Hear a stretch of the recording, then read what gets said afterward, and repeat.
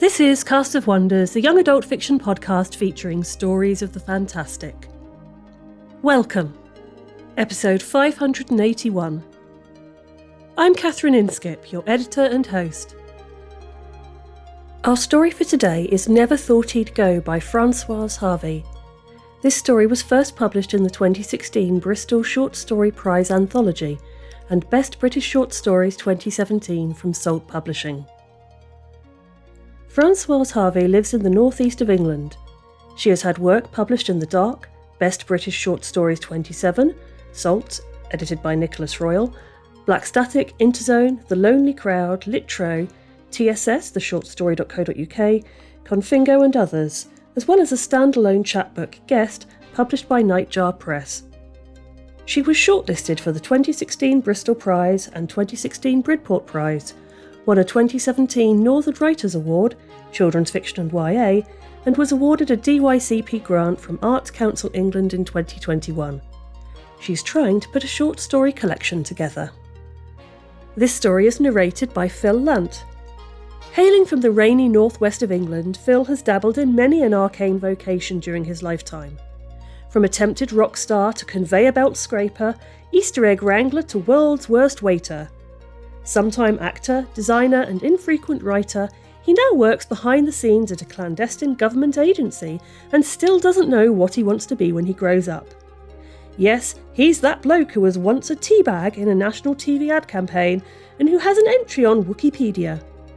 At some point, he'll stop messing about with his biography. You can find him on Twitter as @Phil_Lunt and on Blue Sky as PhilLZBob. And now, we've a tale to tell.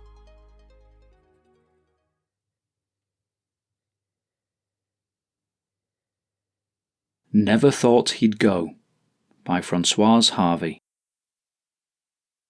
Narrated by Phil Lunt. Fell off the church spire, said Davy. Gravestone landed on him, said Davy too. Trampled to death by cows when he cut through the wrong field home, said Saz. Not to death, said Davy. To death means actually dead. He's just a bit bashed up like. Broken arm, 3 broken ribs, black eye, bust collarbone, top of his foot smashed and plenty of bruises elsewhere, said everyone, though no one could agree how he got it all. Norm's mum had her own ideas. She ambushed us outside Mrs. Lambert's bit shop while we were arguing over how to spend a £5 we'd found. She was fresh off visiting Norm at the hospital.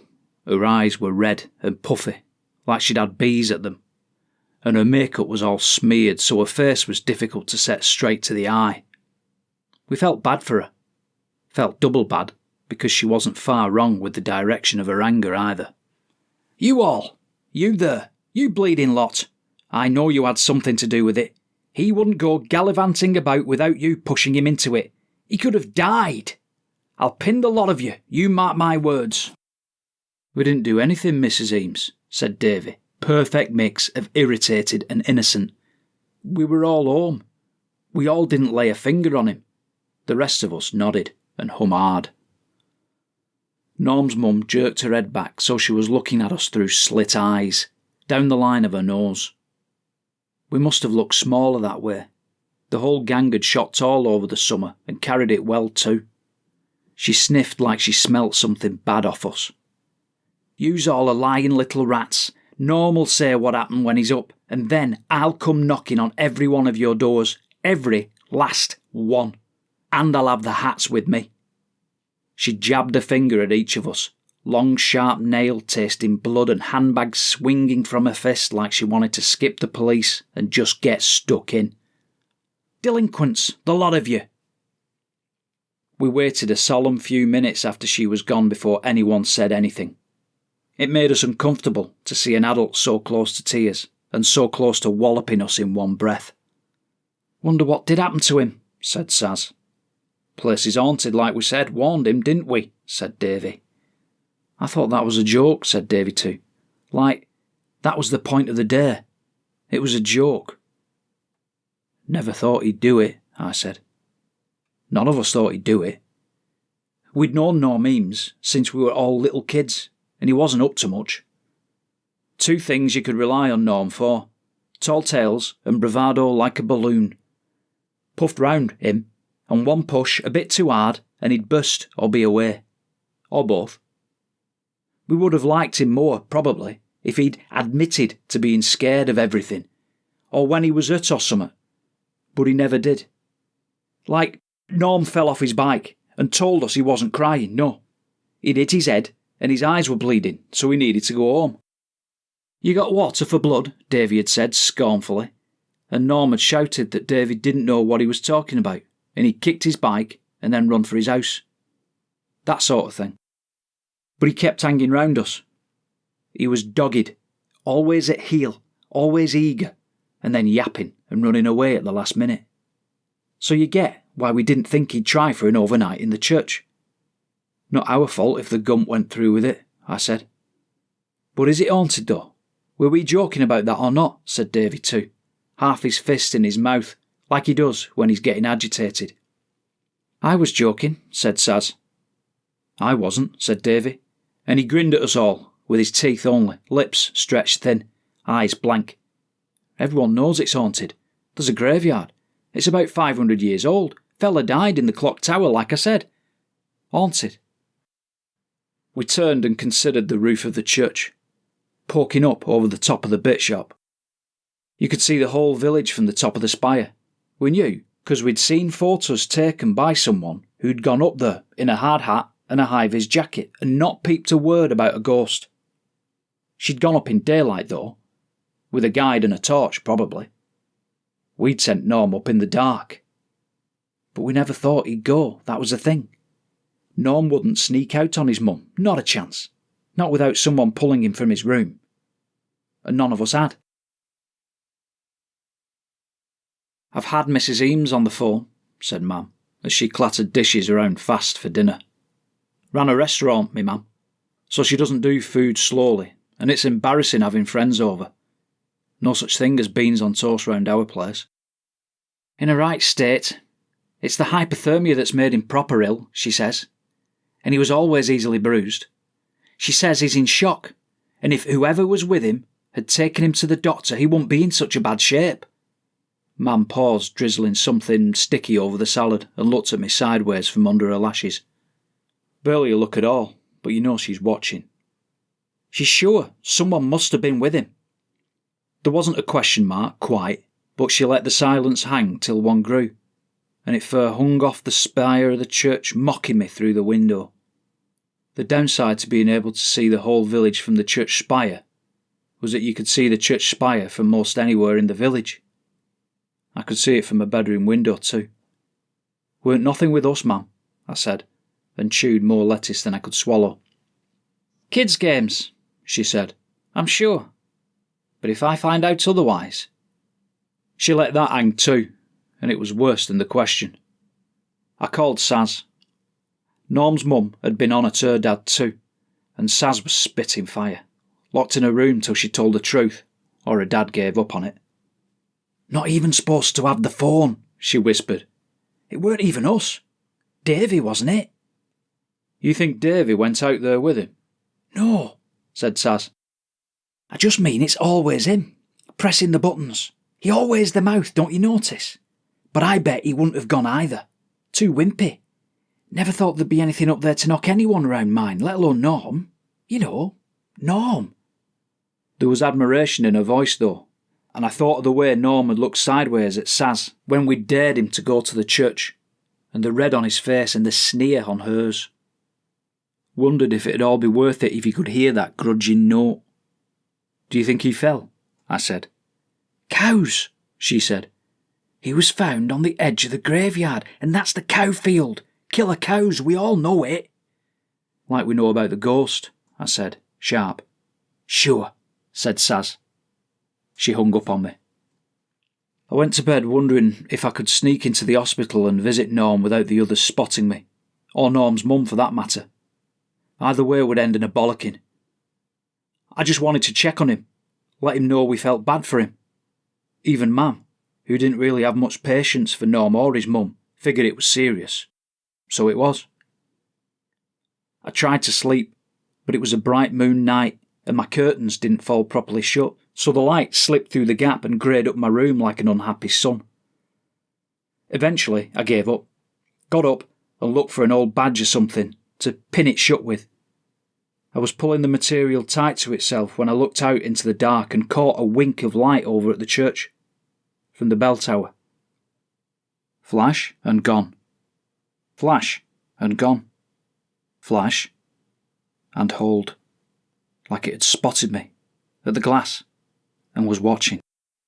I fumbled the pin into the curtain and flung myself back under the covers. In the morning, Mam came into my room looking tired and gaunt and told me that Norm had died in the night.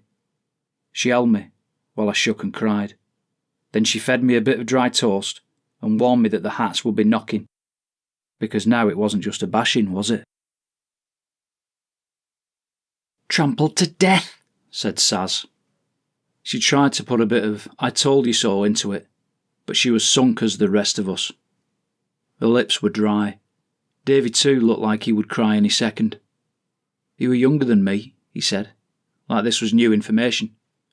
"Younger than all of us," said Davy. "The ghost doesn't care about age." "Shut up about that ghost," said Saz. "It's not funny now." "It was never a joke," said Davy. "My mum said it was hypothermia that did for him," I said, wanting to get the conversation away from ages and ghosts. "If he'd been left somewhere warm, he would have been okay." "Like he would have landed in a warm bath after he fell from that height," scoffed Davy. "Fuck you," said Davy too, shocking us all to silence. "He was younger than us, and we sent him up that there, in the dark, on his own. Don't none of you feel bad at all?" He glared at us, and then the glare crumpled, and he turned away, shoulders hunched. Dropped his crisp wrapper in the bin and walked off without looking back. "Touchy," said Davy. "He's right," said Saz. I nodded. We fell silent again as Norm's mum hobbled past. She had a couple of other women with her, holding her up it looked like. Couldn't even tell you where she'd been or where she was going. But as they drew level with us, she stopped, and her entourage stopped with her, and they all stood, swaying slightly. We shrank back into the shadow of the bit shop, waiting for the blows to land, or the words. She raised her head with effort and looked at us. Her face had collapsed in on itself with grief, like she'd been crying so hard she'd swallowed her teeth and her eyes had fallen back in her face. Her stare was unfocused, but it held us all the same. After a long while, one of the women gently squeezed her shoulders, murmured something in her ear. The group of them shuddered back into motion, shuffled off down the street. Normal time and normal sounds returned. "I'm away home, lads," said Davy, blinking like he'd just woken up. He dropped his crisps and fair ran off down the alley. Saz sighed and crumpled what was left of her crisps in her hand. "There was a light," I said. "Yeah, I saw," she said. "I was going to visit him today." "Me too," she said. "What do you think really happened?" I asked. "Killer cows," she said firmly. And then she took a deep breath like the next words would cost her. "Or that freak Davy, playing ghost." "We wouldn't do anything like that," I said, sure of it. "Sure we wouldn't," she said. She went home and I threw up, suddenly, on the side of the bin, and Mrs. Lambert came out of the shop and shouted at me. I couldn't sleep for watching out for that light, and watching out for the Hats, and wondering what the payback is for the person who didn't do anything really, but didn't do the right thing either. Like, probably hundreds of times. The funeral was a Friday, and it was the last week of the holiday. The overriding feeling at the crematorium was resentment that Norm hadn't had the decency to wait another few days. The whole class turned up, of course, and even though Davy too was still not talking to us, and even though Saz couldn't look at Davy without flinching, we flocked at the back of the crowd out of habit, carefully out of the way of Norm's mum's roving, vacant stare. The Eames were regular churchgoers. They had a family spot and everything, but it would have been bad taste, we supposed, to bury Norm in the graveyard where he'd been found. "Vicar's proper upset," whispered Saz to me, as we waited for the service to start. Nerves had her running her mouth off. "Says it's hard enough getting people through the door as it is." "Shut up," said Davy too. "They're starting." It was excruciating, the whole thing. Who knew that so many people had nice things to say about Norm Eames? Davy too cried during the singing, and Davy looked like he wanted to smack him upside the head for it. Saz whispered to herself the whole time, so quiet that I had no clue what she was saying. I counted every freckle on the back of my own hands. When we filed outside, nearly the first ones out, we stood awkwardly for a second, trying not to look in the direction of the church. "It's done then," said Davy. "What is?" snapped Saz, and if her voice had teeth, there would have been blood. Davy looked at her like it was a stupid question. "Well, that's it, isn't it? He's gone. Hats have been and gone. End of the matter." "Have you not seen the light?" said Davy too, sounding faintly ridiculous, like an old-time preacher. "What light?" said Davy, and he said it so viciously that we knew he had. His eyes were nearly as red with anger as Davy too's were with sorrow. "The ghost light? I told you! It's not a damn ghost!" Saz got right up in his face, and then more people poured out of the crematorium. So we all took a breath and a step away. "Prove it," said Davy, and Davy too groaned. He kicked the dirt and walked away without looking at any one of us. And then we were three and, just like last time, we agreed we were meeting Saturday, midnight, at the edge of the graveyard. Just like last time, I lay in bed and twitched the minutes away. I tried not to think what would happen if there was a ghost, or if Mam woke up and saw my bed empty, or if Mam didn't wake up and there wasn't a ghost, and how stupid would we feel? This time, though, I couldn't shake that maybe there hadn't been a ghost before, but there would be one now, and it'd be Norm, and by Christ would he have it in for us. Just like last time, come 11:15, I could hear Mam's whistling snore starting up at the other end of the house. Come 11:30, my feet and hands had gone numb and cold with fear, and I didn't fancy I could pull myself out of bed even if I wanted to. Come 11:45, I should have been dressed and gone. I sat on the edge of the bed with one sock on and my jumper over my head and shivered. Norm's ghost. In the bell tower. Norm's ghost. Drifting through the graveyard. Norm's ghost. Crying tears of blood and wielding all the power that ghosts get when they've come to avenge their deaths. Come midnight, I sat at my bedroom window, not daring to touch the curtains, but staring through the gap. The moon had thinned, so the village was less lit than the night before, and the church was a shadow. But I watched just the same for Saz and Davy and the light, which came again. Flash and gone. Flash and gone. Flash and on. On. On. I fancied I saw a face behind it. I fancied I saw them through the church walls, climbing up what were surely rickety and dusty steps. I fancied a scream cutting the air, but it was the owl in the oak 2 doors over, and the wind besides. None of this was like last time. Last time, I'd slept the night through, with the relief of a coward in a good hiding place. Mam answered the door to the Ats while I was brushing my teeth through my yawns. She called me down and I came, stupid, in my idiot childish pyjamas and my purple toothbrush still in one hand, and I knew straight off. Or thought I did. There were 2 of them, both women, and both of them looking too sympathetic for it to be good news or suspicion. "There's been an accident, love," said Mum, just like she had when she'd got the call about Norm. "They've got some questions." Not Saz. Not Davy.